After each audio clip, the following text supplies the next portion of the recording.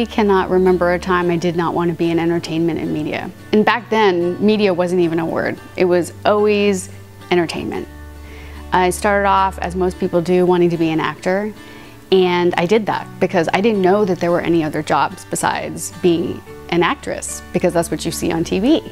But the one curious thing is I never saw any faces that looked like mine on TV.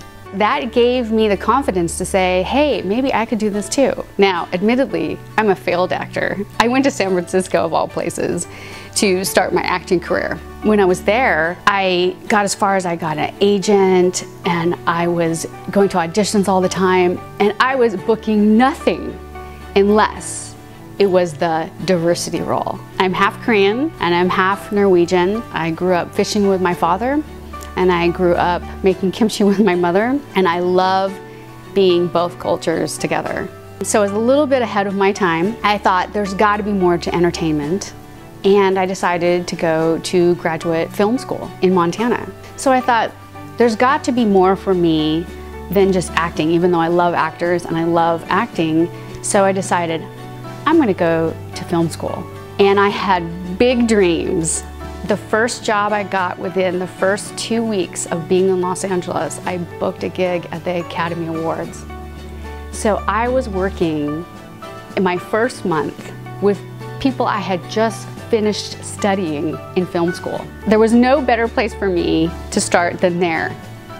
And with that experience, work begets work, and I started working immediately around town. I accepted the job from Laverne McKinnon when she recruited me, and I've never looked back. We rolled up our sleeves and got to work. We didn't have an office, we had a virtual phone, and we had a storage unit with a whole bunch of Hello Kitty items in it for silent auction items.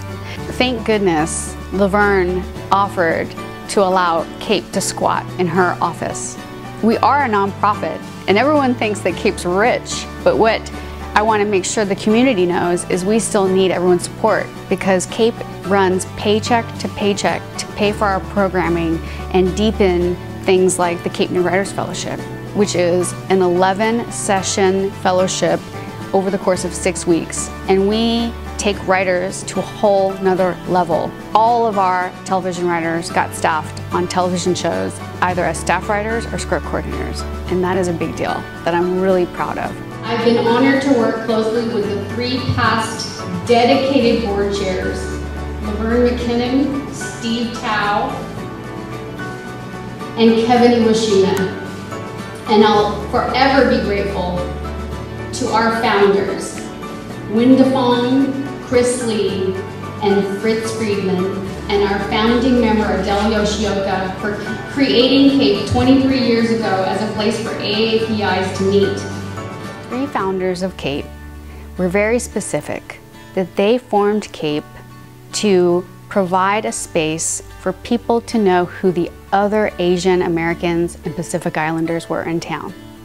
You come to one event, I suggest you come to 3 events, and then just see what happens.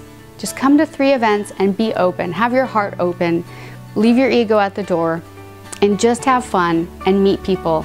And you see the relationships in front of your eyes unfold. You see partnerships develop. You see a producer meet a director, and then they work on a project. I have seen careers launch at Cape.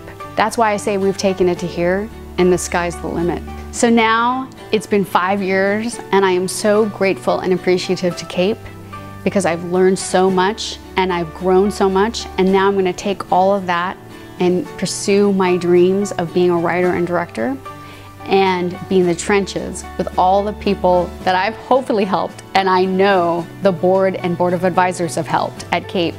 And I'm going to take that out into the community and become a filmmaker.